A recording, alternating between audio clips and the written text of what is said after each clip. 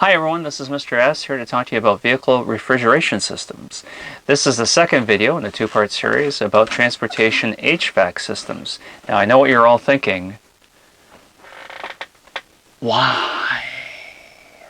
A 2-year-old left in a hot car while her grandmother went shopping, and now the grandmother is expected to be charged. Ever hear of those stories where people leave children and pets alone in cars in the summertime with the windows rolled up, only to find the police waiting for them when they return? Temperatures inside our cars can get drastically hotter than outside temperatures because of radiation of the sun through the windows. This can cause fatigue, heat stroke, and even death. That means our air conditioning systems isn't just a welcome relief, it can sometimes be a lifesaver.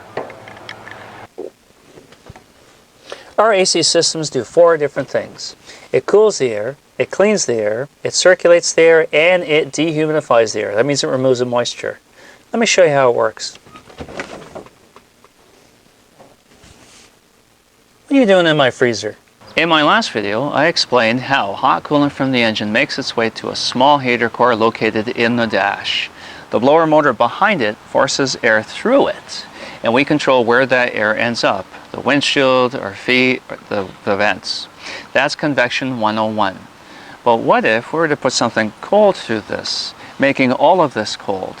But we're not going to call it a heater core, we're going to call it an evaporator core. And it's a lot smaller than this. And it's located in the dash right next to the heater core. If we blow air through a cold medium, that's still convection. The question now becomes, how do we get cold in here? Okay, so before we get into it, I have to explain some basic HVAC principles. First, hot goes to cold. Cold does not go to hot. That means hot's doing all the moving. So when it comes to refrigeration systems, we're not so much as adding cold as we're removing the hot that's inside the passenger compartment. Weird. Second principle. When we compress a refrigerant, a vapor or gas, it gets hot. The more we compress it, the hotter it gets. When we release it, it goes back to room temperature. So compressed, hot, decompressed, room temperature. This brings me to my third basic principle, which builds on the first two. When we compress a refrigerant and it gets super hot, before we decompress it, if we remove all that heat, instead of going back to room temperature, it gets cold, super cold, freezing actually. I know, still weird. Let's take a look at the AC compressor. The compressor is the heart of the refrigeration system because it circulates and compresses refrigerant. When the piston goes down, refrigerant is drawn past the intake valve into the compression chamber. When the piston goes back up again, it compresses the refrigerant, and at top dead center, it forces the exhaust valve open so the compressed refrigerant then enters the output tube. This is just like a cylinder inside an internal combustion engine, except there's no spark plug and no combustion, which means refrigerant does not get consumed. It's like air inside a tire, so in theory we never actually have to recharge it. So that means when that refrigerant gets compressed and gets super hot and it goes into that output tube, don't touch that tube. Let me show you. On the Chevy Cobalt, I'm going to use this infrared thermometer to measure the compressor output temperature. I'm just going to have to get it from underneath. Okay, I'm underneath my car, but you can't see me. Here's my AC compressor, and here's our output tube. So I am now going to grab my infrared thermometer and take a temperature at 6 inches. And I am at about 46 degrees Fahrenheit.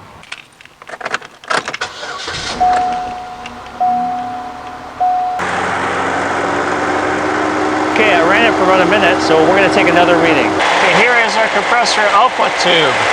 Let's take a reading of it, see how hot it is.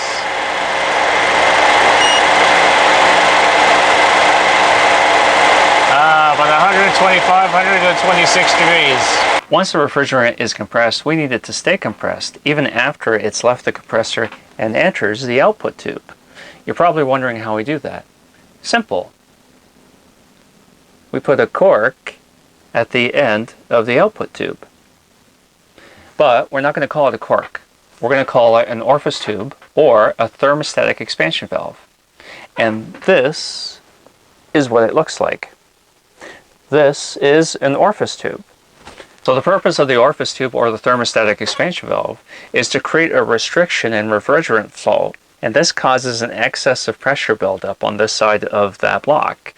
Now, according to the third basic principle, all we have to do now is remove all that excessive heat of the compressed refrigerant. And this is how we do it. We have another rad located between the compressor and our cork. But we're not going to call it a rad. We're going to call it a condenser. And they're typically located at the front of the car right next to our rad. Both the condenser and rad are side by side, so that air going through this cools off both the refrigerant and the engine coolant. Let's see how much heat the condenser's removed. Okay, here is our condenser output. Let's take a reading.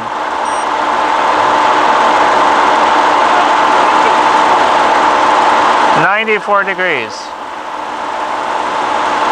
So we've removed about 30 degrees. It's 30 degrees colder coming out of the condenser. So we removed all this heat from our compressed refrigerant.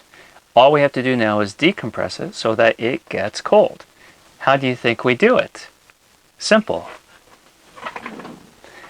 That cork we have, we drill a small hole through the center of it.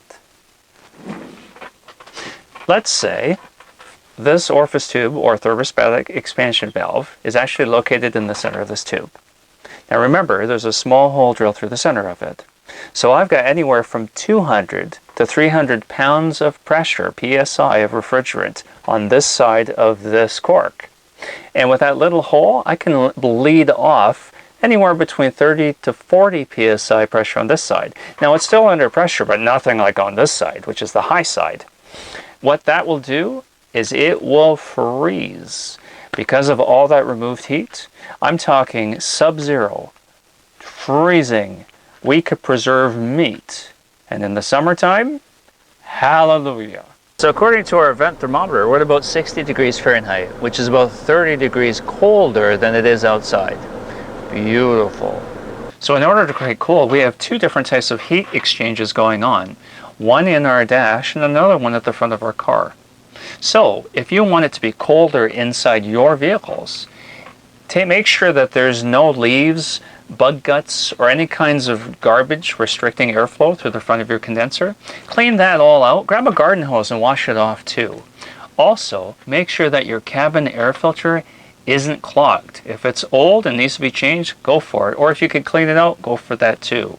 It's harder for cold air to get to us when there's a restriction in the way.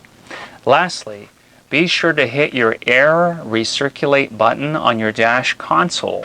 This will cool you down faster and more efficiently, as it takes the inside air and recirculates it through the evaporator core instead of using the hot outside air to do this.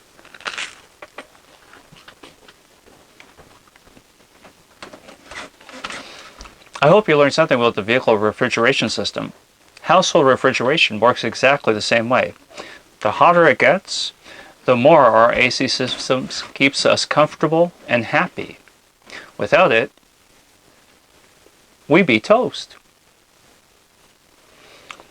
So just remember, the more you know, the better it is. Until next time, stay healthy.